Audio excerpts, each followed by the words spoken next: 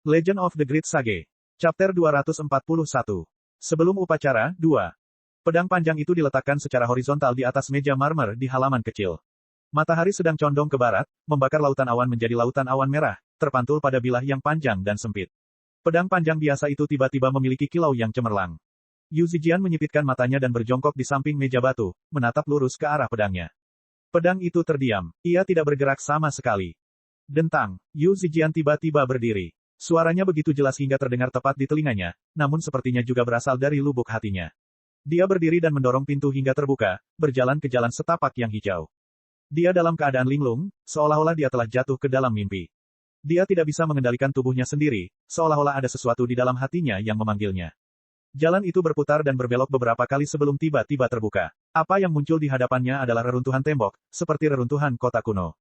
Pilar-pilar batu yang menopang aula bertumpu pada rerumputan. Aula itu sudah lama runtuh, dan patung-patung itu telah terkorosi hingga tak bisa dikenali lagi oleh waktu dan angin. Namun kejayaan masa lalu mereka masih samar-samar terlihat. Apakah ada tempat seperti itu di Gunung Greenfin? Sebuah pertanyaan terlintas di benak Yu Zijian, tapi dia melupakannya dalam sekejap mata. Matahari terbenam mewarnai reruntuhan itu menjadi merah. Bahkan orang yang paling kaku dan vulgar pun tidak bisa menahan nafas ketika mereka tiba di sini. Saat dia berjalan melewati reruntuhan yang akan ditelan rumput, dia merasa seperti telah kembali ke rumah. Dia seperti seorang putri yang diasingkan, dan ini adalah tanah airnya. Dia tiba-tiba berhenti setelah memutari lorong batu putih yang ditumbuhi tanaman merambat. Sebuah kolam kecil terletak di pelukan pepohonan hijau. Cahaya matahari terbenam dari barat terpantul di permukaan air, mewarnainya dengan warna yang indah. Seorang lelaki berbaju hitam duduk di atas batu bundar di samping kolam. Wajahnya yang muda dan kurus ditutupi janggut. Dia memunculkan rasa melankolis yang hanya dimiliki oleh seorang lelaki tua yang telah melihat segala sesuatu di dunia. Dia seperti seorang raja kesepian yang duduk di singgasananya yang runtuh, terus-menerus mengenang kejayaan masa lalu dan meratapi kemurungan saat ini. Dia sedang memancing, tapi dia tidak menggunakan pancing, melainkan pedang.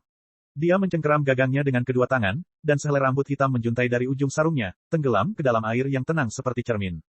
Yu Zijian tidak melihat pemandangan itu. Dia tidak melihat orang itu. Dia hanya menatap pedang itu seolah dia tergila-gila. Untuk beberapa alasan, dia menjadi yakin bahwa suara gemerincing anggun yang baru saja dia dengar berasal dari pedang. Apakah kamu pernah melihat pedang ini sebelumnya? Pria berpakaian hijau itu berbalik dan menatapnya dengan heran. Seolah Yu Zijian tiba-tiba terbangun dari mimpi, dia melihat sekeliling. Dia hampir ingin bertanya mengapa dia ada di sini. Dia menjadi linglung. Aku belum pernah melihatmu sebelumnya. Kamu bukan murid Gunung Greenfin, kan? Dilihat lebih dekat, dia juga berpakaian hijau, tapi sangat berbeda dengan seragam Gunung Greenfin. Tampaknya sangat tua, seperti pedang di tangannya. Pria berbaju biru berkata, bukan, kan? Yu Zijian berkata, aku juga tidak. Kamu pasti tamu yang diundang ke atas gunung. Memancing dilarang di gunung. Karena kamu bukan murid Gunung Greenfin, mengapa kamu peduli padaku? Aku, lupakan saja. Kamu terus memancing. Aku akan kembali. Aku tidak akan mengganggu memancingmu. Agak tidak pantas bagi pria dan wanita untuk bersama di sini sendirian, tapi tatapannya tidak pernah lepas dari pedang. Perasaan familiar itu pada dasarnya seperti saat dia bertemu Niu Juxia di masa lalu. Pria berbaju biru berkata, apakah Anda ingin melihatnya? Bisakah saya? Bahkan sebelum Yu Zijian selesai berbicara, pedang itu mendarat di tangannya. Berat, sementara helaian rambut otomatis kembali ke sarungnya. Sarungnya berwarna hijau tua. Biasanya, hal itu disebabkan oleh warna aslinya, sedangkan separuh lainnya disebabkan oleh berjalannya waktu. Sepertinya itu terbuat dari batu giok dan kayu. Ada pola indah yang terukir di dalamnya, seperti siluet kota, tapi rusak dan rusak. Apa nama pedangnya? King Su. Dentang. Yu Zijian mencengkeram gagangnya dan menghunus pedangnya dengan cengkeraman terbalik. Benar saja, dengungan familiar terdengar di telinganya, bertahan lama sekali. Itu tidak memancarkan cahaya sama sekali, tapi cahaya dari pedang sepertinya menyerap pelangi dan air musim gugur. Pedang yang luar biasa. Ekspresi pria berbaju biru itu bahkan lebih terkejut, atau bahkan kaget, dibandingkan saat dia melihat Yu Zijian barusan. Aku sudah selesai. Sudah waktunya aku pergi. Yu Zijian menyarungkan pedangnya dan melemparkannya kembali ke pria berbaju biru dengan enggan. Pria berbaju biru itu berdiri. Bisakah kamu menungguku di sini? Saat ini, sisa-sisa cahaya di cakrawala sudah mulai surut. Aku tidak bisa. Masih ada urusan yang harus kuurus. Yu Zijian melompat ke kejauhan. Dia berpikir, siapa kamu? Mengapa kamu ingin aku menunggumu? Orang yang aneh. Siapa namamu? Saya Yu Zijian, kata Yu Zijian tanpa menoleh ke belakang. Aku Fu Qingjin. Yu Zijian telah meninggalkan reruntuhan dan memasuki hutan, menghilang. Suara Fu Qingjin tenggelam seolah dia sedang bergumam pada dirinya sendiri. Dia bisa masuk dan keluar dari ilusi reruntuhan hijau sesuka hati, dan dia bisa menghunus pedang reruntuhan hijau. Penatua peramal benar. Bintang pertama menyala di cakrawala. Matanya juga bersinar seperti bintang. Pemandangan di sekelilingnya tiba-tiba berubah seperti fatamorgana, menghilang dan menyebar. Hanya kolam yang tersisa, memantulkan bayangan hitam pepohonan di sekitarnya. Tatapan Fu Qingjin melewati pepohonan dan mendarat di aula di puncak gunung. Hanya ada satu lentera di aula suram, menerangi seluruh ruangan. Ketiga tetua itu duduk mengelilingi lentera. Mereka teringat peringatan Hua Sengshan. Mereka tidak berani berpisah, kalau mereka dijemput satu persatu. Para murid dari berbagai sekte menunggu di luar aula. Mereka di sini bukan untuk membantu, tapi untuk segera melapor ke Hua Sengshan segera setelah mereka mendengar adanya gangguan. Ada kilatan lampu hijau, dan ketiga tetua tiba-tiba menyadari bahwa lingkungan mereka telah berubah. Mereka saat ini berada dalam reruntuhan. Di atas mereka ada langit malam tak berujung, dipenuhi bintang. Sejak kapan? Penatua burung pegar emas memucat karena ketakutan. Terima kasih sudah menunggu di sini. Kamu telah menyelamatkanku dari banyak masalah. Sebuah suara terdengar dari belakang. Mereka bertiga berbalik pada saat yang sama, hanya untuk melihat seorang pria berbaju biru turun dari tangga tinggi. Dia muda dan tua, kesepian dan mulia. Tetua tanaman anggur hijau berkata, "Kakamulah orangnya." Komandan Hua itu sudah memberitahumu semua yang perlu dikatakan, kan? Fu Qingjin berkata dengan tenang seolah menjelaskan alasannya pun melelahkan. Ketiganya berdiri dalam formasi segitiga. Meskipun mereka adalah musuh lama, kerjasama tim mereka sempurna. Aku datang bukan untuk 3 gunung. Misiku juga bukan untuk mengalahkanmu. Ketiga tetua pada dasarnya menghela nafas lega pada saat yang bersamaan. Padahal, lebih baik aku mengalahkanmu terlebih dahulu. Jangan khawatir, aku tidak akan melukaimu. Sebelum ketiga tetua menjadi marah, cahaya dari pedang bercahaya hijau berubah menjadi ribuan helai dan terbang. Beberapa saat kemudian, ketiga tetua muncul dari aula, dan pintu tertutup rapat di belakang mereka. Tuan, apakah kita terus mengawasi? Tidak perlu. Kita akan turun, kata tetua tanaman anggur hijau dengan agak lelah. Mereka bertiga saling memandang. Tampaknya masih ada ketakutan di mata mereka, serta beberapa kesadaran. Tidak heran Hua Sengshan secara pribadi datang untuk memberi tahu mereka. Misi orang itu sebenarnya. Istana koleksi pedang benar-benar sekuat yang dikatakan legenda. Namun jika ini benar-benar terjadi, dunia akan berada dalam bahaya. Itu bukan sekedar berlebihan. Tetua tanaman anggur hijau berkata, silakan kembali dan beristirahat. Buatlah persiapanmu. Upacara pengumpulan ramuan akan segera dimulai. Petik 2. Lubang yang dalam itu seperti mata besar berlubang, menatap ke langit. Hampir 1000 pasang mata balas menatap mata besar itu. Mereka dipenuhi dengan kegembiraan, keinginan, dan ketakutan. Angin dingin bersiul tak mampu meredam keriuhan suara. Semua orang berdiskusi. Lingkungan sekitar tiba-tiba menjadi sunyi. Ketiga tetua tiba di samping lubang di bawah pengawalan semua orang. Greenfin Elder menyerang lebih dulu, mengaktifkan formasi. Semua orang samar-samar bisa melihat penghalang cahaya menyebar. Tangan penatua burung pegar emas bersinar dengan cahaya yang cemerlang, dan salju di dalam lubang dengan cepat mencair. Ini mengungkapkan lebih dari selusin lubang hitam pekat di bawahnya. Lubang-lubang ini adalah pintu masuk upacara pengumpulan ramuan. Mereka menuju ke berbagai tempat di bawah tanah. Semua orang tidak bisa menahan nafas, yang segera meredam suara angin. Penatua Greenfin berdeham. Rekan-rekan kultivator, kalian semua berkumpul di sini untuk upacara pengumpulan ramuan di 3 gunung. Ini adalah suatu kehormatan bagi saya dan burung pegar emas dan kuburan tunggal. Dengan Wu Gen memimpin, lebih dari selusin penjaga Hawkwolf bergerak melewati para pembudidaya independen. Mereka terus-menerus mengamati orang-orang di sekitar mereka, seolah-olah mereka berusaha mencegah siapapun menyelinap ke dalam upacara tersebut. Adapun murid dari 3 gunung, mereka dibagi menjadi 3 kelompok, berdiri di belakang master sekte masing-masing.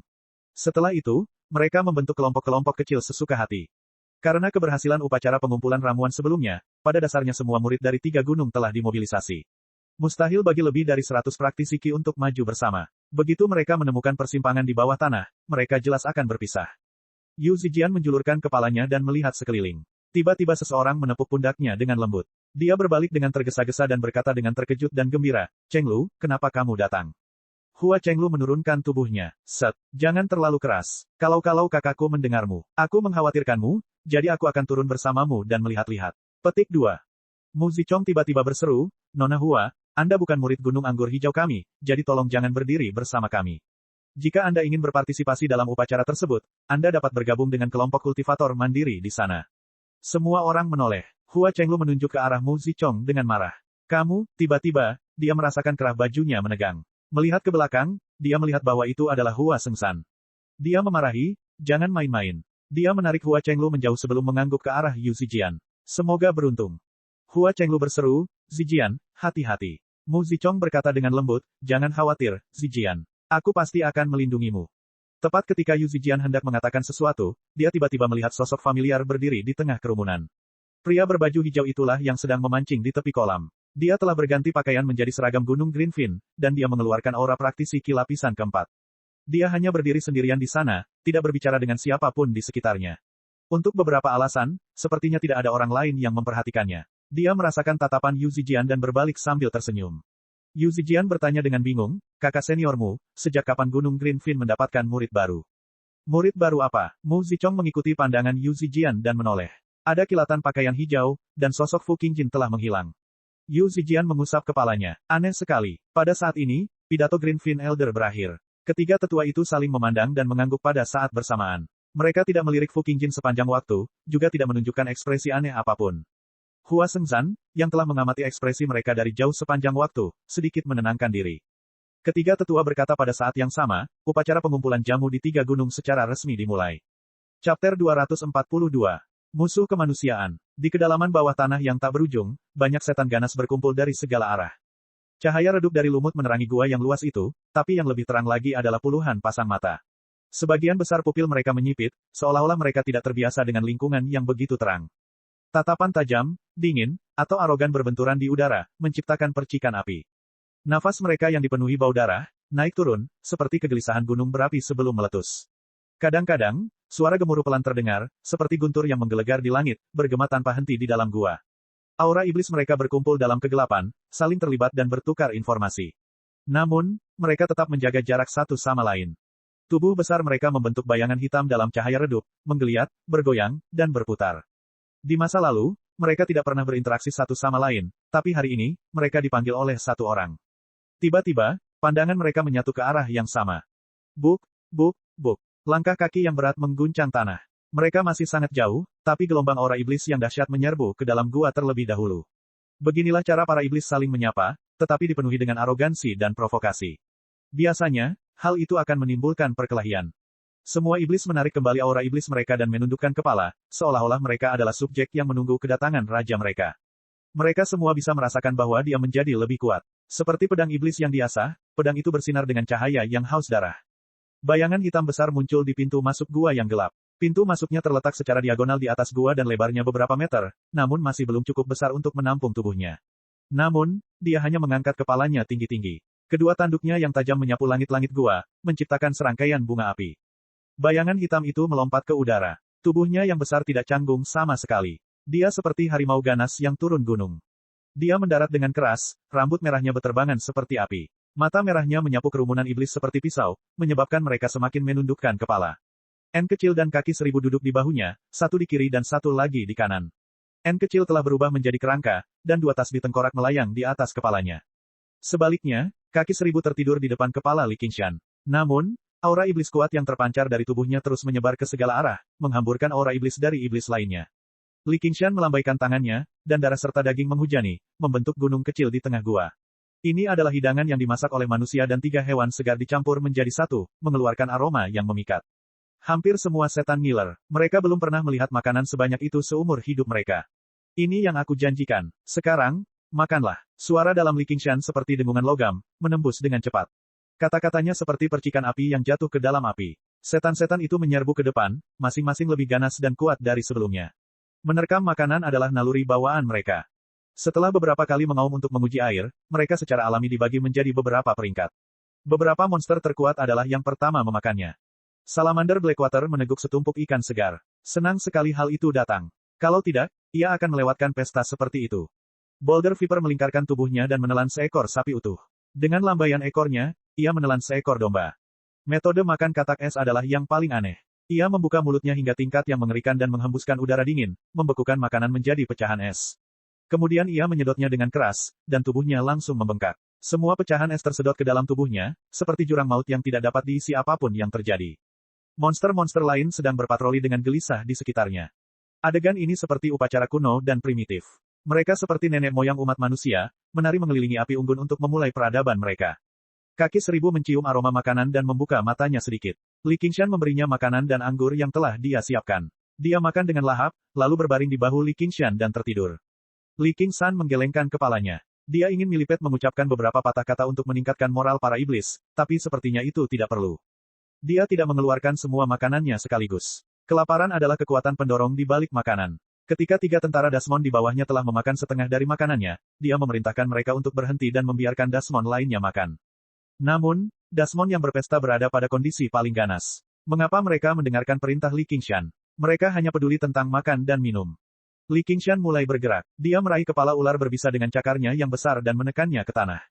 Tubuh ular beludak batu itu melilit Li Qingshan secara naluriah, seperti ikat pinggang tebal. Ia melingkari pinggang Li Qingshan beberapa kali, tetapi ia menemukan bahwa tubuhnya bahkan lebih keras daripada logam. Rasa sakit yang menusuk di kepalanya membuatnya sadar kembali. Cakarnya benar-benar bisa menembus armornya. Dia meraih leher Blackwater Salamander dengan tangannya yang lain.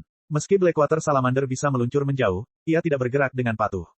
Katak es ingin memanfaatkan kesempatan ini untuk makan beberapa suap lagi, tetapi pedang tulang diarahkan padanya.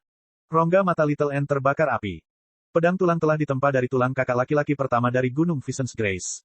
Meskipun bagian penempaan artefak dari jalan tulang putih dan keindahan luar biasa memiliki pedang yang disebut pedang pembunuh Buddha, itu bukanlah sesuatu yang bisa ditempa oleh Ant kecil saat ini. Akibatnya, selain kuat, pedang tersebut tidak memiliki kegunaan lain. Namun, bagi pendekar pedang terhebat, pedang yang kuat sudah cukup. Katak es segera terpana oleh niat pedangnya. Ia tidak berani bergerak. Rasanya selama bergerak sedikit, akan menimbulkan serangan tsunami. 3 prajurit Daemon terkuat segera ditundukkan, dan Daemon lainnya juga tidak berani bergerak. Kaki 1000 membuka matanya yang mengantuk dan bertanya, apakah mereka tidak patuh? Li Qingshan tersenyum. Kamu harus menanyakan itu pada mereka. Ketiga Dasmon itu menyatakan penyerahan mereka dengan tergesa-gesa. Li Qingshan melepaskan ketiga tentara Dasmon itu dan tidak berkata apa-apa lagi. Dia hanya menyatakan haknya untuk mendistribusikan makanan sekali lagi. Pemimpinnya akan selalu menyatakan hak ini kepada kelompoknya dan menjatuhkan siapa saja yang mencoba memprovokasi dia. Prajurit Daemon lainnya segera makan dengan lebih teratur. Setelah semua makanan dibagikan, semua Dasmon merasa belum kenyang. Perut mereka yang sudah lama tidak makan sepertinya semakin lapar. Para pembudidaya manusia sudah mulai memasuki bawah tanah. Li Qingshan akhirnya berbicara. Pada saat yang sama, dia menggunakan Daemon Ki dan suaranya untuk mengirim pesan. Semua Dasmon mengangkat kepala dengan hati-hati. Mereka juga memahami bahaya yang ditimbulkan manusia. Demi membunuh kami, demi inti Daemon di tubuh kami, demi ramuan spiritual di gua kami, mulai hari ini dan seterusnya, Anda harus mendengarkan perintah saya. Anda tidak bisa bertarung sendirian lagi, musuh bersama-sama. Setelah ini, saya akan mendistribusikan kembali makanan sesuai dengan kontribusi Anda. Sekarang, berangkat dan bunuh semuanya. Li Qingshan mengangkat tangan kanannya sebelum mengayunkannya ke bawah dengan kejam. Berbagai lolongan dan lolongan mengguncang gua, menyebabkan bebatuan berjatuhan. Pasukan Daemon berangkat. Li Qingshan berdiri paling belakang. Ketika semua Daemon telah memasuki gua, dia bergumam pada dirinya sendiri dengan suara yang sangat pelan, nama kode untuk operasi ini adalah musuh kemanusiaan. Senyuman aneh muncul di wajahnya. Tampaknya itu adalah senyuman yang kejam, senyuman pahit karena kesedihan, atau senyuman dingin yang mengejek diri sendiri. Lalu, semuanya lenyap, digantikan oleh tekad diam. Ini adalah jalan yang dia pilih. Dia tidak akan ragu atau menyesalinya. Baiklah, tidurlah. Li Qingshan menurunkan milipet dari bahunya. Tidak akan ada penggarap yayasan pendirian memasuki bawah tanah. Dengan kekuatannya saat ini, dia dapat membunuh praktisi dimanapun. Hati-hati, gumam kaki 1000. Dia merangkak menuju gua tempat tinggalnya, pantatnya naik dan turun. Dia bergerak sangat cepat. Li Qingshan tersenyum dengan mudah. Dia meletakkan tangannya di depan dada dan membungkuk sedikit. Aku akan berjuang untukmu. Lalu, dia mengangguk pada N kecil. Dan untukmu. Akhirnya, dia berdiri dan berkata dengan bangga, berjuanglah untukku. Dengan langkah besar, dia menghilang ke kedalaman gua. Langkah kakinya mendarat di tanah tanpa suara, maju dengan mantap dan cepat. Para murid dari 3 sekte telah berpencar di bawah tanah, maju menuju target dan jalur masing-masing. Biasanya, praktisi Ki di lapisan ke-6 atau lebih tinggi memimpin beberapa praktisi Ki yang lebih lemah. Kelompok ini dipimpin oleh orang yang menyebut dirinya pengurus Liu Fengrui. Namun, wajahnya cekung. Dia benar-benar mengabaikan sanjungan adik-adiknya di sampingnya. Baru-baru ini, dia sangat tidak bahagia di Gunung Greenfin. Dia tidak pernah mengira bahwa membawa kembali seorang gadis kecil akan menimbulkan begitu banyak masalah. Dia tidak hanya mendapat tatapan dingin dari kakak-kakak seniornya, tetapi bahkan tetua tanaman anggur hijau pun tidak memperlakukannya dengan baik. Dia tidak takut dengan tatapan dingin kakak-kakak seniornya, tapi begitu dia kehilangan dukungan dari tuannya di sekte kecil seperti ini, itu akan sangat menakutkan. Dia tidak bisa menahan diri untuk tidak menggemeretakkan giginya karena kebencian terhadap Yu Zijian. Dia sangat ingin dia mati dalam upacara kali ini. Jika ada peluang bagus, dia tidak keberatan berkontribusi dalam masalah ini. Kakak senior, ada sarang binatang dasmonik di depan. Seharusnya ada rumput kuarsa yang tumbuh di sekitarnya. Itu adalah ramuan spiritual yang penting untuk memurnikan pil butir batu, kata seorang murid Gunung Greenfin dengan terkejut dan gembira sambil memegang peta mental kecil di tangannya. Dia menyela pikiran Liu Fengrui dan berkata dengan perasaan tidak senang, ramuan spiritual tingkat tinggi apa yang merupakan rumput kuarsa. Kita masih sangat dekat dengan permukaan. Jika kamu ingin menemukan tanaman yang bagus, kamu harus masuk lebih dalam lagi. Itu hanyalah binatang Daemon, dan ia bahkan belum memadatkan inti Daemon. Para murid Gunung Greenfin semuanya mengangguk patuh. Menjelajah lebih dalam ke bawah tanah meningkatkan bahaya. Bagaimana Daemon dengan inti Daemon bisa begitu mudah ditangani? Meskipun binatang Daemonik tidak memiliki inti Daemon, kulit dan tulang mereka merupakan bahan yang bagus untuk menempa artefak spiritual. Daging dan darah mereka juga sangat bermanfaat. Ayo kita lihat. Liu Fengrui memerintahkan. Yang bisa dia lakukan hanyalah mengumpulkan lebih banyak ramuan spiritual dari upacara pengumpulan ramuan kali ini untuk menebus kesantuannya terhadap dirinya. Gua yang gelap itu sangat gelap sehingga orang bahkan tidak bisa melihat jari-jari mereka di depannya. Kelompok itu bergerak maju dengan cepat. Clear Sight Talisman tidak terlalu mempengaruhi penglihatan mereka. Dengan keahlian mereka, gua yang berkelok-kelok dengan bebatuan tidak mampu menghentikan langkah mereka. Tiba-tiba, murid praktisi kilapis ketiga berkata, "Kakak senior, dingin sekali." Dia menggigil juga. Liu Fengrui juga merasakan dinginnya lingkungan sekitar. Melihat kembali ke adik-adiknya, wajah mereka semua pucat dan bibir mereka membiru. Praktisi ki dengan ki sejati bawaan seharusnya tahan terhadap panas dan dingin, tetapi saat ini, mereka takut terhadap dingin seperti orang biasa. Ini tidak biasa. Catatan tidak mengatakan bahwa di sini akan sangat dingin. Terakhir kali aku datang tidak terlalu dingin. Gua bawah tanah sering berubah. Apakah terjadi sesuatu? Apakah kamu ingin pergi ke tempat lain, kakak? Seorang praktisi ki tua bertanya dengan hati-hati. Dia hanyalah praktisi ki lapisan ketiga, jadi dia harus menyebut Liu Fengrui sebagai kakak laki-laki. Mata Liu Fengrui berputar. Guru mengawasi kita dari atas. Jika kita mundur bahkan sebelum kita menghadapi bahaya apapun, murid gunung anggur hijau macam apa kita ini? Ayo pergi. Tidak akan dingin jika kita berjalan. Rumput kuarsa benar di depan. Mereka mulai berlari melewati gua, namun rasa dingin tidak berkurang. Sebaliknya, cuaca menjadi semakin dingin. Bahkan Liu Fengrui merasakan dinginnya tulang, apalagi adik-adik di belakangnya. Mereka semua melambat. Kita tidak bisa. Kakak senior, ayo mundur. Kak, parak. Tepat ketika Liu Fengrui hendak memerintahkan mereka mundur, suara serak terdengar di dalam gua. Itu adalah binatang Daemonik. Semua orang merespons. Selain binatang Daemonik, hewan apalagi yang bisa bertahan hidup di sini? Kami akan pergi setelah kita membunuh binatang Daemon ini. Liu Fengrui berseri-seri dengan gembira dan bergegas pergi bersama yang lainnya.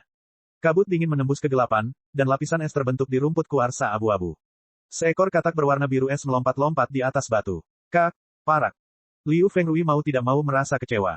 Kekuatan binatang Daemon sering kali dikaitkan dengan ukurannya. Semakin besar, semakin kuat, dan semakin berharga. Katak itu sangat kecil, jadi jelas ia baru saja berevolusi dari binatang buas menjadi Dasmon.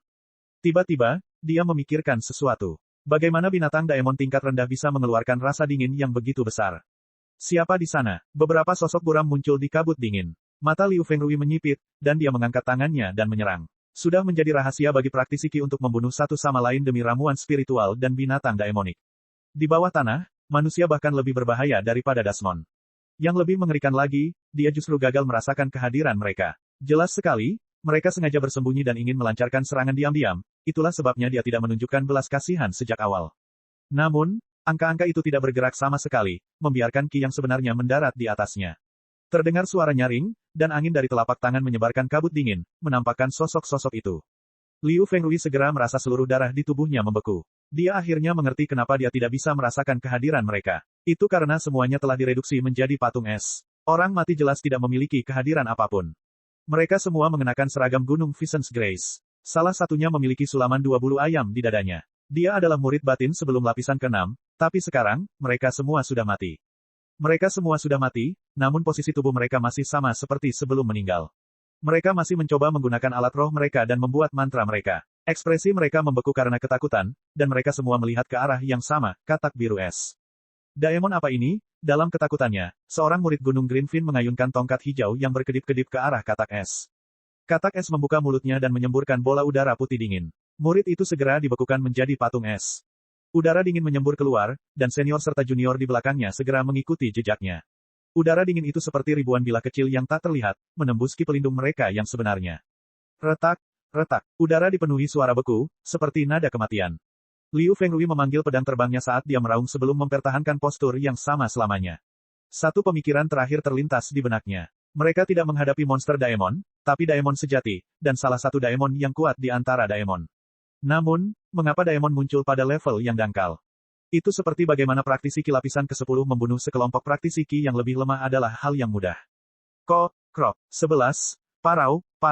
Itu cukup untuk 10. Katak es membuka mulutnya dan menghisap. Patung es itu pecah menjadi pecahan es dan tersedot ke dalam mulutnya. Hanya artefak roh di tangan mereka dan 100 kantong harta karun di tubuh mereka yang tetap utuh. Kak, Parak, pemimpin menginginkan ini. Katak es mengumpulkan semuanya dan menempatkannya di sebuah gua tidak jauh dari situ.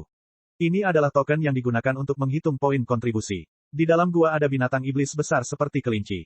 Tubuhnya layu dan gemetar tanpa henti. Tidak diketahui apakah itu karena ketakutan atau kedinginan. Awalnya adalah target yang dicari oleh praktisi Ki. Rekan Greenfin, sepertinya muridmu pun gagal mengalahkan Desmond di sana. Kata penatua burung pegar emas dengan dingin. Di lokasi upacara pengumpulan jamu, ketiga tetua tinggal bersama di pendopo bambu. Mereka mengagumi salju dan minum teh sambil menunggu hasil upacara. Di depan mereka ada proyeksi dari peta mental bawah tanah. Banyak titik cahaya berkelap-kelip di atasnya, terbagi menjadi 3 warna, emas, biru langit, dan abu-abu, menunjukkan lokasi para murid dari 3 gunung tersebut. Itu seperti boneka serangga pencari jalan yang digunakan para murid mohisme di masa lalu. Dengan kematian Liu Fengrui dan yang lainnya, titik cahaya pada mereka juga memudar. Sebelumnya, titik cahaya keemasan yang melambangkan murid-murid Gunung Vincent's Grace juga telah menghilang di sana. Penatua Greenfin berkata, pasti ada daemon yang kuat di sana, tapi seharusnya tidak ada. Itu hanya lapisan dangkal. Penatua Lone Grave berkata, kamu akan tahu jika kamu terus menonton. Ular berbisa batu itu bergerak melintasi bumi sambil menjentikkan lidahnya yang bercabang, terus-menerus merasakan kehadiran manusia di dalam gua. Tiba-tiba, ia muncul dari dinding dan melihat wajah beberapa manusia yang ketakutan. Mereka semua sangat lemah. Praktisi Ki hanya melihat bayangan abu-abu melewati kepala mereka. Mereka bahkan tidak berhasil melihat penampakan Desmond tersebut sebelum mereka ditakuti oleh Daemon Ki yang menakutkan. Praktisi Ki lapisan ketujuh yang terkemuka berteriak, panggil zombie. Mereka adalah murid Gunung Burial Mound. Para murid Gunung Burial Mound segera melambaikan jimat perunggu di tangan mereka. Beberapa lusin zombie tersebar di sekitar mereka, mengelilingi mereka dengan rapat. Praktisi Ki lapisan ketujuh bahkan memanggil 2 mayat plat besi yang tidak bisa dihancurkan. Mayat Ki melingkari mereka, masing-masing dari mereka bahkan lebih kuat daripada mayat pelat besi yang telah disempurnakan oleh zombie Daois di masa lalu. Ular berbisa batu itu berbalik. Tubuhnya yang panjang melingkar dan tiba-tiba mengencang. Lusinan zombie dan beberapa murid Burial Mound Mountain berada di gua yang rendah. Para murid dari Burial Mound Mountain tidak punya tempat untuk lari. Mereka merasakan kekuatan yang luar biasa menekan mereka dari segala arah, dan mereka segera digiling menjadi tumpukan pasta daging, tidak lagi dapat dibedakan dari zombie yang telah mereka saring.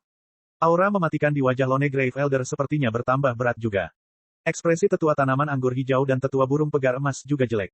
Di peta mental bawah tanah, sebagian besar titik cahaya padam. Sekelompok pengumpul tumbuhan mati di bawah tanah. Jumlah praktisi Ki yang hilang dalam waktu singkat telah melebihi jumlah total yang hilang pada upacara pengumpulan ramuan terakhir kali. Dan saat ini, upacara pengumpulan ramuan baru saja dimulai. Praktisi Ki hanya berkelana ke lapisan dangkal. Mereka seharusnya tidak bertemu dengan Daemon yang kuat. Master Sekte, apa yang terjadi? Hua Sengzan, yang telah memperhatikan hal ini sepanjang waktu, berjalan ke paviliun bambu dengan ekspresi tegas. Dia mengerti apa yang diwakili oleh titik cahaya ini. Chapter 243. Penatua burung pegar emas berkata, Gunung Rahmat burung pegar juga memiliki 11 tembok besar. Petik 2. Elder Lone Grave berkata, 7.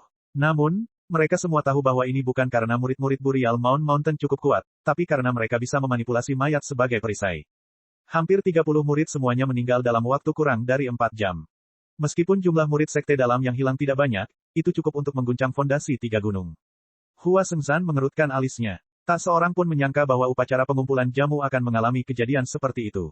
Mungkinkah monster di bawah tanah sudah melakukan persiapan dan menunggu untuk menyergap praktisi Ki? Mungkin Jenderal Daemon di area ini tidak bisa lagi mentolerir manusia yang mengamuk di bawah tanah dan mulai bereaksi. Jika memang demikian, maka kematian hanyalah permulaan. Kemungkinan besar semua petani yang berpartisipasi dalam upacara pengumpulan jamu akan musnah. Dia sudah tidak dapat membayangkan gelombang seperti apa yang akan ditimbulkan oleh kematian hampir 1000 petani manusia. Dia tidak bisa menahan diri untuk tidak menghela nafas panjang sambil menatap awan gelap yang bergelombang di langit. Situasi umum dunia benar-benar akan berubah. Ketiga tetua itu merasakan hati mereka berdarah. Wajah mereka semua cekung saat niat membunuh muncul di mata mereka. Orang itu benar. Semua Daemon pantas mati. Saudaraku, maksudmu, Zijian. Hua Chenglu bergegas dari jauh dan meraih lengan baju Hua Sengsan dengan cemas. Saat dia mengatakan itu, beberapa titik cahaya menghilang. Meskipun Yu Zijian bukan murid Gunung Greenfin, dia masih dilengkapi dengan artefak spiritual penginderaan. Dia adalah salah satu dari sekian banyak titik cahaya, jadi entah kapan akan padam. Saya hanya bisa mendoakan semoga dia beruntung. Hua Sengzan menekan bahu Hua Chenglu. Bahkan sekarang, dia tidak berdaya untuk membantu. Jika Jenderal Daemon benar-benar bergerak, maka bawah tanah akan menjadi zona terlarang bagi praktisi Ki. Dia dikenal sebagai yang terhebat di bawah yayasan pendirian, namun dia tetaplah seorang praktisi Ki. Jika saat ini Hua Chenglu berada di bawah tanah, dia pasti akan masuk tanpa ragu-ragu. Namun, mustahil baginya untuk mengambil risiko seperti itu pada gadis asing. Hua Chenglu menggigit bibirnya. Dia memahami pertimbangan Hua Sengshan. Dia tidak bisa keras kepala dan menuntut apapun. Setan hitam itu duduk sendirian di dalam gua besar. Ia mengangkat lengan kanannya dan mengulurkan jari telunjuknya. Ujung jarinya adalah cakar raksasa yang setajam pisau. Itu dengan ringan menyentuh dahi seorang pria muda. Kurung buka petik 2 kurung tutup. Pemuda itu juga sendirian. Dia tampaknya berusia sekitar 15 atau 16 tahun. Jenggot lembut baru saja mulai tumbuh di bibirnya, tapi dia sudah menjadi praktisi ki lapis ketiga. Dia bisa dianggap jenius kecil. Dilihat dari pakaiannya, dia bukan berasal dari 3 gunung. Dia mungkin seorang kultivator independen dari suatu klan yang datang untuk mencoba peruntungannya. Yang ada hanya kegelapan yang terpantul di matanya yang ketakutan. Aura pembunuh yang ganas dan aura iblis telah sepenuhnya menghancurkan keinginannya untuk melawan. Namun, monster itu tidak langsung menyerang. Tampaknya memberinya secercah harapan dan memohon, "Tidak, aku mohon, aku." Namun, bau darah yang kental datang dari belakang iblis hitam itu. Pemuda itu melihat dengan jelas bahwa itu adalah tumpukan mayat praktisi ki. Bibirnya gemetar ketakutan, dan air mata keruh mengalir di pipinya. Beberapa saat, sekelompok murid dari Gunung Visions Grace bergegas mendekat. Dengan pengalaman para senior mereka, seringkali lebih mudah bagi mereka untuk menemukan tumbuhan spiritual dan tanah spiritual yang dihuni oleh binatang daemonik daripada pembudidaya mandiri. Tapi kali ini, itu adalah Dasmon sejati yang tinggal di sana, dan dia adalah pemimpin Dasmon pada saat itu. Pakaian yang familiar membentuk beberapa kenangan kebencian Li Qingshan, dan praktisi kilapis ketujuh yang memimpin kelompok ini sepertinya pernah bertemu dengannya di lembah mata air tenang. Orang pertama yang melihat Li Qingshan, murid Gunung Visions Grace, berteriak sebelum berhenti. Jari telunjuk Li Qingshan telah menusuk dadanya seperti tombak besar.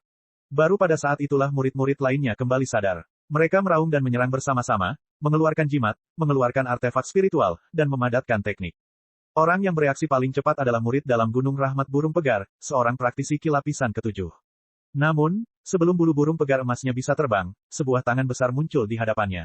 Jari telunjuk dan ibu jari diketuk dengan lembut sebelum menjentikkannya dengan sembarangan. Kepalanya hancur berkeping-keping, otak dan tulangnya yang hancur berserakan di tanah. Pada saat ini, mereka yang mengeluarkan jimat baru saja mengulurkan tangannya ke dalam kantong jimatnya, mereka yang mengeluarkan artefak spiritual baru saja menyala, dan mereka yang memadatkan teknik baru saja mengerahkan ki mereka yang sebenarnya. Aula suci bahkan tidak punya waktu untuk bereaksi terhadap semua yang telah terjadi sebelumnya. Li Qingshan melambaikan tangannya dengan santai, dan darah kental muncrat. Tidak satu pun dari mereka yang selamat. Pertarungan dimulai dalam sekejap mata dan berakhir dalam sekejap mata. Itu sangat sederhana bahkan Li Qingshan sendiri sedikit terkejut. Saat itu, siapa yang tahu berapa banyak usaha yang telah dia keluarkan untuk menghadapi praktisi ki lapis ke-6 seperti Zuo Zibo. Meskipun dia belum mampu mengatasi kesengsaraan surgawi dan mengambil langkah pertama yang legendaris itu, setelah mengolah lapisan kedua dari iblis harimau, kekuatannya yang kuat telah berubah menjadi kecakapan pertempuran yang menakutkan yang dapat menekan iblis terkuat. Bagaimana mungkin ada praktisi ki yang bisa menandinginya? Li Qingshan tidak suka menyiksa dan membunuh lawannya, jadi mereka semua mati dengan sangat cepat dan tanpa rasa sakit. Alasan yang lebih langsung adalah bahwa dia sama sekali tidak mengenal murid-murid Gunung Rahmat Burung Pegar ini. Bahkan pemimpinnya hanya menggonggong beberapa kali tanpa arti padanya. Namun, karena mereka adalah murid Gunung Visions Grace, mereka adalah musuh bebuyutan. Tidak banyak yang bisa dikatakan. Jika dia membunuh mereka, maka dialah yang membunuh mereka. Tapi saat ini, pemuda yang berdiri di hadapannya adalah orang asing. Dentang, seperti dengungan pisau, terdengar kilatan dingin, dan mayat pemuda tanpa kepala itu roboh ke tanah. Baru saja, dia berhenti, bukan karena dia masih ragu-ragu. Dia hanya mengenang apa yang akan dia potong dan buang. Sama seperti bagaimana para pendaki gunung harus mengosongkan ransel mereka yang terlalu berat untuk mendaki ke puncak, mereka harus mengeluarkan barang-barang di dalamnya dan melemparkannya ke dalam jurang satu persatu. Namun, barang-barang ini pada awalnya bisa jadi sangat penting, jadi dia hanya bisa menghela nafas dalam hati. Semua orang ingin mencapai puncak tanpa kehilangan apapun, sama seperti semua orang ingin sukses tanpa membayar harga apapun. Namun, hal ini mustahil. Harganya bukan hanya kerja keras.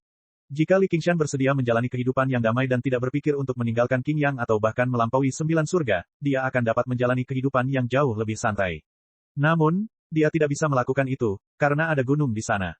Li Qingshan menikam mayat itu dengan jarinya dan melemparkannya ke belakang. Ia mendarat di tumpukan kecil mayat dan dia berkata, "Jangan dimakan.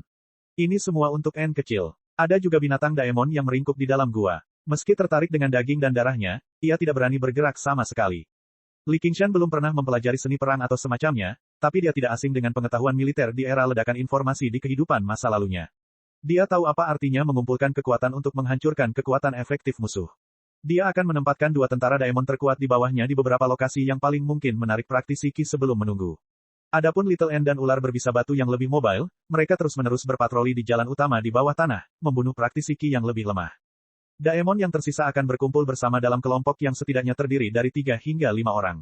Mereka akan dipimpin oleh pemimpin terkuat mereka, kalau mereka bertemu dengan praktisi Ki yang lebih kuat. Hanya dengan penyesuaian sederhana, Daemon pada dasarnya tidak terkalahkan. Itu bahkan tidak lebih rumit daripada bermain game. Sebagai pemimpin tentara Dasmon, Li Qingshan tidak tinggal diam. Sebaliknya, dia memilih tempat di mana pembuluh darah spiritual berkumpul dan tumbuhan spiritual tumbuh subur, memulai penantian dan pembantaiannya. Li Qingshan menghela napas dalam-dalam dan menyimpan 100 kantong harta karun itu.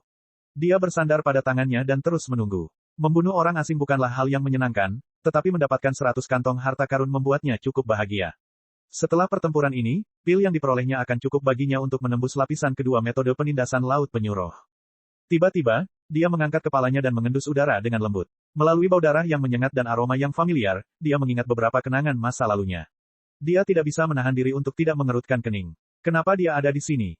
Meski baru sebulan berlalu sejak mereka berpisah, menunggu di bawah tanah yang suram untuk beberapa saat terasa seperti selamanya. Ayo keluar dan jalan-jalan. Li Qingshan berdiri dan berjalan keluar dari gua. Setelah mengambil beberapa langkah, dia berbalik dan berkata kepada binatang Daemon itu, kamu tidak diperbolehkan memakannya. Jika binatang Daemon itu bisa menangis, ia hampir menangis karena ketakutan. Pupil mereka yang berwarna hijau giok dan merah darah menari-nari dalam kegelapan. Beberapa Dasmon raksasa mengepung beberapa praktisi Ki. Mulut mereka dipenuhi dengan gigi tajam saat mereka mengeluarkan bau busuk. Kakak senior, apa yang harus kita lakukan? Cheng Jiali memucat. Dahi Mu Zichong dipenuhi keringat. Dia mengendalikan pedang terbang dan berkeliaran di sekitarnya. Namun dengan kekuatannya, satu Daemon saja sudah sangat sulit baginya, apalagi beberapa Daemon sekaligus. Bahkan peluangnya untuk bertahan hidup sangat kecil. Bagaimana ini bisa terjadi? Bagaimana ini bisa terjadi? Ini jelas hanya sarang binatang Daemon, jadi mengapa ada begitu banyak Daemon yang berkumpul? Dan mereka semua adalah spesies yang berbeda.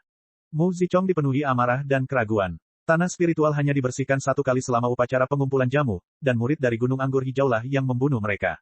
Bahkan jika binatang Daemon baru mengambil alih tempat ini, mereka seharusnya tidak lebih kuat dari binatang buas. Dia datang ke sini hanya untuk mencoba peruntungannya. Jika dia menemukan binatang Daemonik, dia akan menggunakannya untuk menguji kekuatannya dan menunjukkan kekuatannya pada Yu Zijian. Dia juga bisa membiarkan adik-adiknya melakukan pemanasan sehingga mereka bisa menjelajah lebih jauh di bawah tanah. Namun, dia tidak pernah berpikir dia akan menerobos masuk ke dalam sarang Dasmon dan berakhir dalam kesulitan. Daemon menggunakan Daemon Ki untuk berkomunikasi satu sama lain dengan cara yang tidak dapat didengar manusia. Orang-orang ini terlalu lemah. Ayo makan mereka. Jika bukan karena ide pemimpinnya, kamu pasti sudah dimakan sejak lama. Aku ingin makan yang paling depan. Minggir, yang paling depan adalah milikku. Jangan biarkan dia melukaimu, dan jangan biarkan dia kabur. Manusia punya banyak trik, perintah Dasmon terkuat. Daemon lainnya segera menurut. Mereka berhati-hati seperti binatang buas, jadi mereka tidak berkerumun. Itu seperti sekelompok singa yang mengelilingi seekor lembu liar. Mereka tidak akan pernah menyerang secara sembarangan, kalau mereka terluka oleh tanduk lembu tersebut. Para Daemon memiliki kecerdasan yang tidak dimiliki oleh binatang buas. Mereka terus-menerus menggeram dan mengaum, menghancurkan pertahanan mental para praktisi Ki.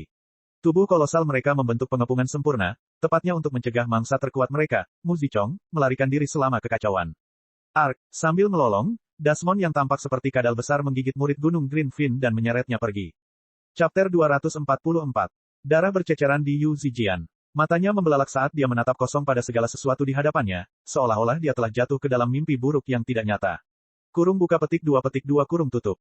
Para murid Gunung Greenfin berteriak panik. Mereka mengayunkan senjata di tangan mereka dengan liar, dan formasi pertahanan yang berhasil mereka buat segera hancur. Cheng Jiali tiba-tiba merasakan pinggangnya menegang. Lidah dari kegelapan telah menyelimutinya. Di ujung lidah yang lain terdapat mulut menganga berisi gigi tajam. Dia menikamkan pedangnya ke tanah, tapi dia masih ditarik ke arah mulut yang menganga itu sedikit demi sedikit. Pinggangnya terasa sakit seperti terkoyak. Dia mengulurkan tangannya dengan putus asa dan berseru, selamatkan aku, kakak senior. Benar saja, Mu Zichong mendekatinya. Dia tersenyum bahagia. Kakak laki-lakinya benar-benar peduli padanya. Dengan keras, Mu Zichong membenturkan telapak tangannya ke dada Cheng Jiali sekuat yang dia bisa. Dia menabrak mulut monster itu yang berdarah. Dia sudah mati di udara. Dadanya yang menjulang tinggi kini telah runtuh menjadi daging dan darah yang berantakan. Ekspresi tidak percaya masih terlihat di wajahnya. Mu Zichong meringkuk. Sementara Cheng Jiali menyumbat mulut Dasmon itu, dia melompat dan benar-benar melompat keluar dari pengepungan Dasmon itu. Dasmon besar mirip babi hutan melompat dengan kecepatan yang tidak sebanding dengan tubuh kolosalnya, meluncur ke arah Mu Zichong seperti bola meriam. Mu Zichong mendorong dengan ujung kakinya dan berdiri di atas pedang terbangnya. Dia melompat lebih dari 30 meter dan mendengar suara gemuruh di belakangnya. Babi hutan besar yang mirip babi itu bertabrakan dengan langit-langit gua, menyebabkan bebatuan runtuh dan debu beterbangan ke udara. Samar-samar dia bisa mendengar beberapa teriakan putus asa. Kakak senior, jangan tinggalkan kami. Selamatkan kami, kakak senior. Dia tidak mendengar suara Yu Zijian. Dia tidak tahu apakah suara itu tersembunyi di antara suara-suara itu. Dia mengambil keputusan. Jangan salahkan aku. Lebih baik aku bertahan hidup daripada mati bersamamu. Aku tidak bisa berbuat apa-apa. Entah kenapa, monster itu tidak mengejarnya. Sebelum kegembiraan selamat dari bencana bahkan bisa keluar dari hatinya, dia berlari ke dinding besi hitam dengan panik.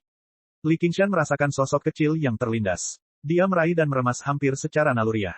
Ada retakan, dan tangannya berlumuran darah. Kurung buka petik 2 kurung tutup. Melihat wajah orang mati yang mengeluarkan darah dari ketujuh lubangnya, dia menyadari bahwa dia sepertinya pernah melihat orang ini di suatu tempat sebelumnya. Setelah berpikir dengan hati-hati, dia teringat nama Mu Zichong. Dia tidak tahu tentang rencana Mu Zichong terhadapnya. Dia menggaruk kepalanya dan merasa sangat malu. Tapi karena dia berada di bawah tanah, dia hanya bisa merasa malu. Baginya, mengingat hal seperti ini sekali saja sudah cukup. Merasakan aura di dalam awan debu, Zhang Xuan menghela nafas lega. Beruntung dia tiba tepat waktu. Selama dia baik-baik saja, semuanya akan baik-baik saja. Saat Mu Zichong menggunakan mayat Cheng Jiali untuk pergi, Yu Zijian menutup matanya dan mengerucutkan bibirnya. Jika dia menemui sesuatu yang tidak dapat dia terima dan tidak berdaya untuk menghentikannya, bukankah ini perilaku manusia? Dia bahkan ingin menutup telinganya agar tidak mendengar teriakan yang datang dari sampingnya. Namun, tangannya memegang gagang pedang begitu erat hingga buku jarinya memutih. Seolah-olah dia akan menghancurkan gagangnya, tapi dia tidak menariknya keluar. Pada saat ini, apa gunanya menghunus pedang? Bau darah dan panas terik membanjiri wajahnya. Kematian ada tepat di depan matanya. Banyak adegan terlintas di benaknya. Ternyata, ayahnya benar. Ketika orang menghadapi kematian, mereka akan mengingat seluruh hidup mereka. Meskipun hidupnya sangat singkat, hidupnya dipenuhi dengan sinar matahari dan kegembiraan. Dia telah menerima perhatian dan kasih sayang ayahnya dari teman-teman muridnya. Namun, hal ini hanya memperburuk rasa sakit menjelang kematian. Tanpa Mu Zichong, para daemon pada dasarnya menghabisi murid yang tersisa dalam waktu singkat. Semudah mengambil makanan dengan sumpit. Tepat ketika cakar dan gigi tajam mereka hendak mencapai Yu Zijian, mereka tiba-tiba berhenti. Perintah terdengar dari kegelapan melalui Daemon Qi. Perintahnya sangat sederhana. Jika diterjemahkan ke dalam bahasa manusia, itu akan menjadi dua kata, peace off. Cakar dan gigi mereka tidak lagi berani maju lebih jauh. Mereka perlahan mundur, berbalik dan lari dengan panik. Raungan mereka menghilang ke kedalaman gua. Li Qingshan menggelengkan kepalanya dan muncul dari kegelapan. Dia menekan Daemon Qi-nya lagi dan memulihkan penampilannya sebagai Niu Juxia. Gereja Suci. Saya tidak ingin mati. Yu Zijian tiba-tiba menghunus pedangnya dan menusuk ke depan sekuat yang dia bisa. Keinginannya untuk hidup telah berubah menjadi keberanian. Meski tidak ada gunanya, dia akan berjuang. Namun, tidak mengherankan, pedangnya meleset. Tangannya jatuh ke dalam genggaman penjepit, tapi tangannya tidak dimakan atau terkoyak seperti yang dia bayangkan. Sebuah suara terdengar samar-samar, seolah memanggil namanya. Zijian, Zijian. Dia sepertinya terbangun dari mimpi buruk. Dia perlahan-lahan mengenali orang di depannya. Wajahnya yang sederhana dan sosoknya yang tinggi sangat familiar. Dia mengusap matanya dan berkata dengan tidak percaya, Niu Juxia. Li Qingshan berkata, bukankah itu aku? Mengapa kamu datang ke bawah tanah? Apakah Anda diancam oleh penduduk Gunung Greenfin? Sedikit yang dia tahu bahwa sebelum dia muncul, berpartisipasi dalam upacara pengumpulan ramuan selalu merupakan hal yang baik. Yu Zijian menatap matanya yang hangat dan merasa dia telah dianiaya. Pada akhirnya, dia menangis dan melemparkan dirinya ke pelukan Li Qingshan. Li Qingshan sedikit terkejut. Dia memeluknya dengan lembut dan menepuk punggungnya sampai dia perlahan-lahan menjadi tenang. Baru setelah itu dia berkata, ayo pergi. Ayo keluar dari sini. Bau darah di sini akan menarik perhatian binatang buas. Tubuh lembutnya sepertinya sedikit menenangkan niat membunuh yang gelisah di hatinya. Ketenangannya yang luar biasa menulari dirinya. Dia berhenti menangis dan mengangkat kepalanya. Matanya merah saat dia menatap Li Qingshan dengan bingung. Kemana kita akan pergi? Li Qingshan berpikir, dia pada akhirnya masih anak-anak. Segala sesuatu yang dia lalui hari ini mungkin lebih sulit untuk dia tanggung daripada orang biasa. Untuk beberapa alasan, dia memikirkan sebuah pepatah. Yang disebut kebaikan hanyalah tidak memahami kejahatan dunia. Apa yang disebut kemurnian sebenarnya tidak dinodai oleh dunia. Di atas tanah, tentu saja. Li Qingshan melepaskannya dan berjalan ke dalam gua. Yu Zijian mengikutinya dengan tergesa-gesa. Dia meraih tangan Li Qingshan seperti orang tenggelam yang meraih sepotong kayu apung. Jangan takut, saya di sini, kata Li Qingshan lembut. Ya, hati Yu Zijian menghangat. Dia menggigit bibirnya dan mengangguk dengan lembut. Keduanya maju melalui gua. Li Qingshan memimpin di depan, sementara Yu Zijian mengikuti di belakangnya.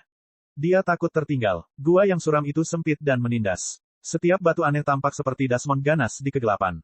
Dia takut melihat apapun. Dia hanya menatap sosok tinggi itu seolah sedang melihat satu-satunya sumber cahaya di kegelapan. Li Qingshan melangkah maju, memilih jalannya tanpa ragu sedikitpun. Dialah yang mengatur agar para daemon menjaganya, jadi dia menghindari tempat-tempat ini dan berjalan ke permukaan. Namun, karena tingkat kultivasi Yu Zijian terlalu rendah, dia kesulitan untuk mengimbanginya, bahkan ketika Yu Zijian berusaha sekuat tenaga untuk memperlambatnya. Tiba-tiba, dia berhenti dan berbalik ke arah Yu Zijian. Ayo cepat. Meskipun pertempuran bawah tanah kali ini pada dasarnya dijamin akan menang berdasarkan pengaturannya, dia tetap harus memperhatikan medan perang setiap saat sebagai komandan. Dia tidak bisa menahan perasaan sedikit tidak nyaman. Sebelum Yu Zijian sempat menjawab, dia merasa seperti sedang menaiki awan, mendarat di lengan Li Qingshan. Bisakah saya? Li Qingshan menunduk dan bertanya. Dia juga tahu bahwa tidak pantas bagi pria dan wanita untuk saling menyentuh, tapi dia seringan daun yang jatuh. Jika dia tidak mau, dia bisa menggendongnya di punggungnya, atau menggendongnya di punggungnya. Dia bahkan bisa menggendongnya dengan tangan.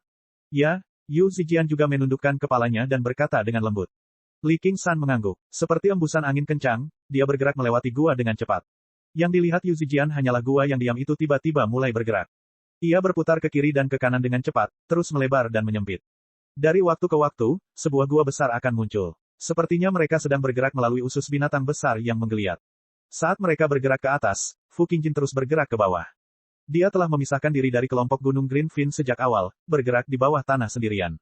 Dia seperti setitik cahaya hijau yang mengalir menembus kegelapan. Sama seperti praktisi Qi lainnya yang masih berada di kedalaman gua yang lebih dangkal, memetik ramuan spiritual dan membunuh binatang daemon, dia telah mencapai kedalaman yang paling dalam.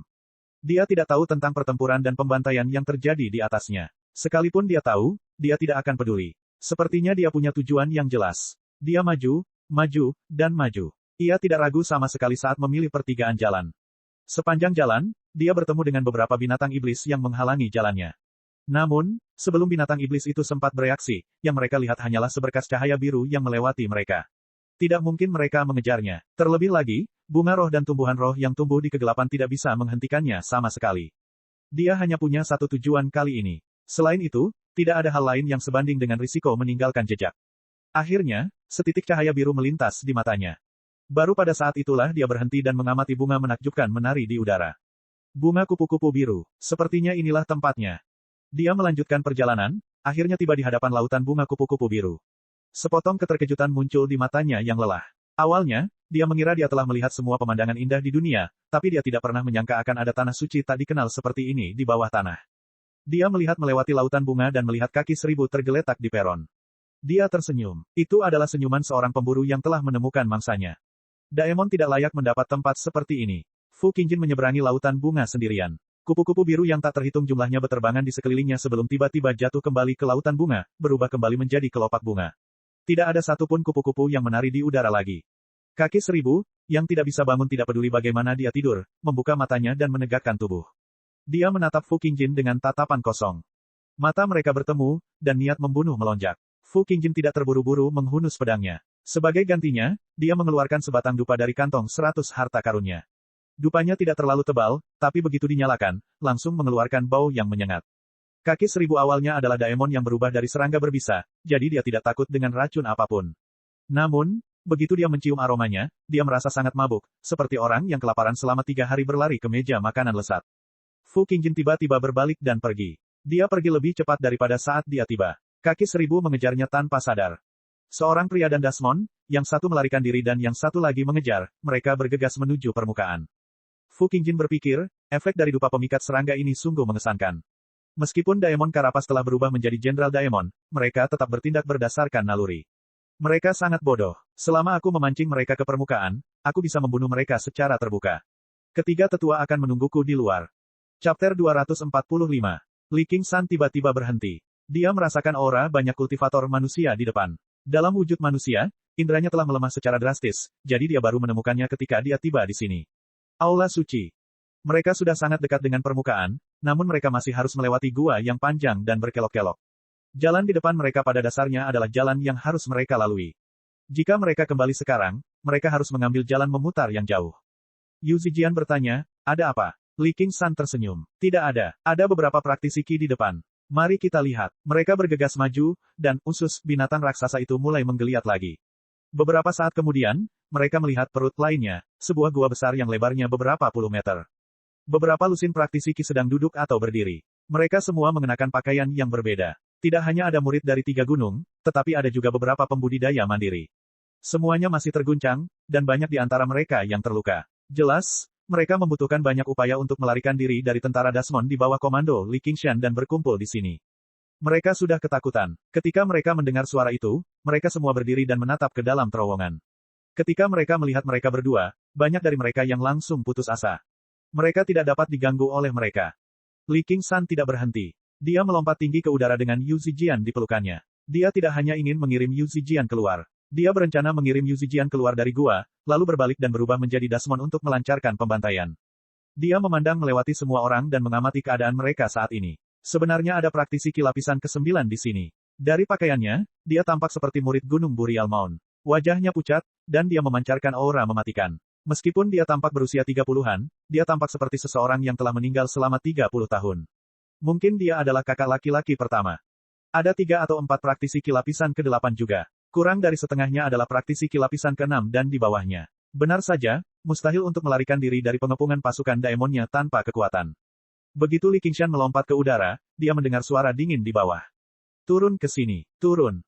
Tindakan melompatnya telah membuat marah praktisi Qi lapisan ke-9. Li Qingshan telah menebak dengan benar. Orang itu adalah kakak laki-laki tertua dari Burial Mountain, orang yang memiliki otoritas absolut dalam sekte tersebut. Bagaimana dia bisa mentolerir praktisi Qi lapisan ke-4 yang melompati kepalanya? Hari ini, dia menderita kerugian besar, dan berada di tengah amarahnya. Tanpa ragu-ragu, Zhang Xuan mengangkat tangannya, dan bola racun temain berwarna hijau tua melesat keluar. Sasarannya tidak lain adalah Li Qingshan. Bola racun mayat ini adalah salah satu teknik pamungkas dari Burial Mountain. Kelihatannya tidak mencolok, tapi itu diringkas dari mayat Qi yang dikumpulkan dari mayat berusia ratusan tahun. Tidak hanya sangat beracun, ia juga bisa menyerang truki pelindung seseorang. Terlepas dari apakah itu manusia atau binatang, melakukan kontak dengannya hanya akan mengakibatkan kematian.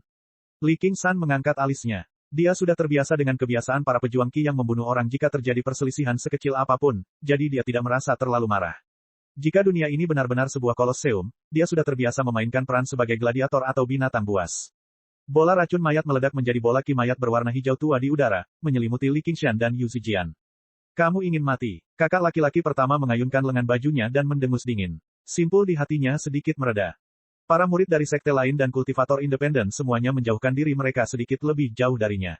Mereka telah lama mendengar bahwa murid-murid di Burial Mountain kejam dan tanpa ampun, membunuh banyak orang. Benar saja, pertarungan hari ini benar adanya. Kakak senior pertama, orang itu tinggi dan kokoh. Sepertinya dia cocok untuk memurnikan mayat, kata seorang murid dari Burial Mountain. Seorang murid dari Gunung Burial Mound berkata, mereka tidak seperti murid Gunung Rahmat Burung Pegar, yang penuh sanjungan untuk memuaskan kesombongan kakak senior pertama. Namun, mereka semua mempunyai wajah mati tanpa ekspresi. Hanya ketika mereka menyebutkan mayat barulah mata mereka bersinar. Itulah keinginan mereka akan kekuasaan. Di Burial Mountain, semakin kuat zombie yang mereka kendalikan, mereka akan semakin kuat. Mereka bahkan bisa melampaui level praktisi Qi. Ah, benarkah? Bahkan sebelum kakak laki-laki pertama selesai berbicara, terdengar serangkaian desiran, dan beberapa ratus es keluar dari kabut beracun. Keduanya cepat dan padat. Kakak laki-laki pertama tidak bergerak sama sekali. Dia menggosok pergelangan tangannya. Dia mengenakan gelang perunggu kuno di pergelangan tangannya. Itu berlumuran darah, tapi begitu dia menyentuhnya, itu langsung menyala.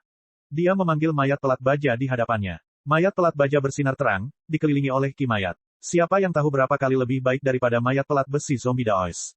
Aula suci. Es menghantam rangka baja. Es yang tidak bisa dihancurkan mendarat di mayat pelat baja, tapi hanya ada serangkaian dentang dan dentang. Mereka meninggalkan beberapa bekas putih, membentuk lapisan es. Li Qingshan mendarat di tanah dengan lembut dan menurunkan Yu Zijian. Lapisan es tipis di sekitar mereka segera pecah, menyedot mereka kembali ke dalam air yang ditelan paus. Sejak pertempuran terakhir kali, dia telah kembali ke mata air dan mengisi kembali air kondensat esnya, jadi dia bisa menggunakan air yang ditelan paus dengan lebih mudah sekarang. Tatapannya tenang dan dingin. Dia tidak mengatakan apa-apa. Tidak banyak yang bisa dikatakan. Lagi pula mereka akan bertarung sampai mati cepat atau lambat. Yang harus dia pertimbangkan saat ini hanyalah soal kapan. Namun, Yu Zijian berkata dengan marah, mengapa kamu menyerang kami? Di bawah tanah, dia telah menyaksikan kekejaman dan teror Dasmon, tapi dia semakin sulit memahami mengapa manusia masih menyerang manusia bahkan di saat seperti ini. Kakak laki-laki pertama berkata tanpa emosi, karena aku bersedia. Kamu, Yu Zijian sangat marah hingga dia tidak bisa berkata-kata. Ayo pergi. Li Qingshan menepuk pundaknya dan dengan santai melingkarkan lengannya di pinggangnya, mengangkatnya dan pergi. Mereka tidak lagi jauh dari permukaan. Dia bisa menghadapinya setelah dia berubah. Dia memutuskan bahwa ketika saatnya tiba, dia akan membunuh kakak senior pertama. Ini sedikit lebih lambat dan menunjukkan kepadanya apa yang dimaksud dengan, saya bersedia. Kamu ingin pergi. Tidak akan semudah itu. Beberapa murid Gunung Burial Mound memanggil beberapa lusin zombie, mengelilingi Li Qingshan. Semuanya bergerak secepat angin. Di antara mereka, ada 13 mayat pelat besi. Mereka memiliki seni memurnikan mayat yang telah diturunkan melalui sekte tersebut. Zombie Daois tidak bisa menyaingi mereka sama sekali. Li Qingshan berkata, apa yang kamu coba lakukan? Kakak senior pertama berkata, setiap orang harus tetap tinggal untuk menangkis Dasmon. Dia telah membawa sekelompok murid terkuat dari Burial Mountain ke bawah tanah. Sejak awal, target mereka bukanlah binatang iblis lemah di lapisan dangkal bawah tanah, atau ramuan roh yang telah dipanen berkali-kali. Sebaliknya, mereka memilih jalan pintas, dan langsung menuju ke bawah tanah. Jalan pintas itu adalah sungai bawah tanah. Namun, di sungai, mereka menghadapi serangan monster yang sangat menakutkan. Tubuh monster itu berwarna hitam pekat, dan bergerak seperti bayangan di air.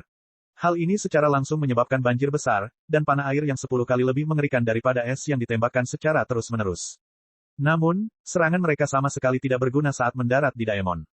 Mereka kehilangan beberapa adik laki-laki dan sejumlah besar zombie. Baru saja, mereka melarikan diri, hanya untuk diserang oleh berbagai Daemon yang hanya muncul jauh di bawah tanah. Mereka bertempur sambil melarikan diri, menempuh perjalanan jauh kembali ke gua ini. Banyak praktisi Qi lainnya telah melarikan diri ke sini. Baru saja, dia mengetahui bahwa sesuatu yang besar telah terjadi selama upacara pengumpulan ramuan kali ini. Namun, dia menolak untuk mundur. Sebaliknya, dia mengumpulkan praktisi Qi yang kalah, bertindak seolah dia ingin melawan Dasmon tersebut. Li Qingshan bertanya karena penasaran, apakah kamu benar-benar berencana untuk tinggal di sini dan melawan Dasmon? Namun, dia merasakan bahwa praktisi Qi yang bukan murid Gunung Burial Mound semuanya menjadi kesal ketika mendengar hal itu, tetapi mereka tidak berani mengatakan apapun.